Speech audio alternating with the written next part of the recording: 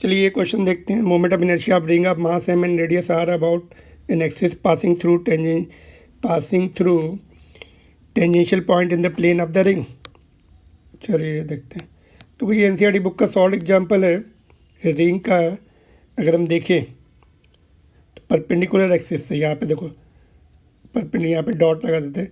Perpendicular axis से ring का moment of inertia कितना होता है? Half m r square I mean m r square होता है परपेंडिकुलर एक्सिस से, सेंटर ऑफ मास से परपेंडिकुलर एक्सिस। तो डायमीटर से आधा हो जाता है, तो ये 1/2 एम आर स्क्वायर हो जाएगा, है ना।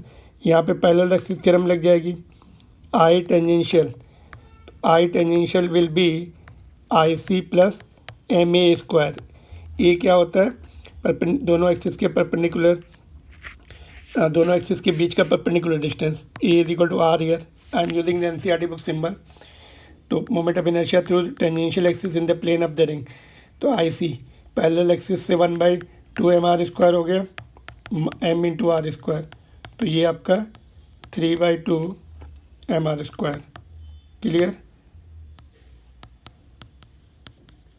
फिर से समझ लीजिए, ये जो रिंग है देखो, बीच में से जो एक्सिस है परपेंडिकुलर एक्सिस, वहाँ से एम आर स्क्वायर होता है ना। फिर परपेंडिकुलर एक्सिस थ्योरम से हम डायमीटर से निकालते हैं, I x plus I y is equal to I Z.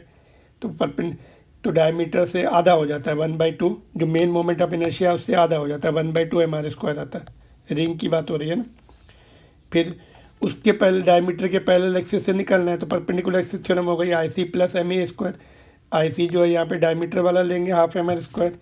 M mass है, ए दोनों एक्सिस के परपेंडिकुलर डिस्टेंस, दोनों परपेंडिकुलर एक्सिस के बीच का distance, a is equal to r here.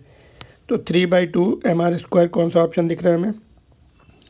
Option number 2। तो एनसीईआरटी बुक का सॉल्व एग्जांपल है। ये क्वेश्चन कई बार आ चुका है, जेईई एडवांस वगैरह में भी आता रहता है, मेंस में भी, नीट में भी। Important question. चलिए नेक्स्ट क्वेश्चन पे चलते हैं।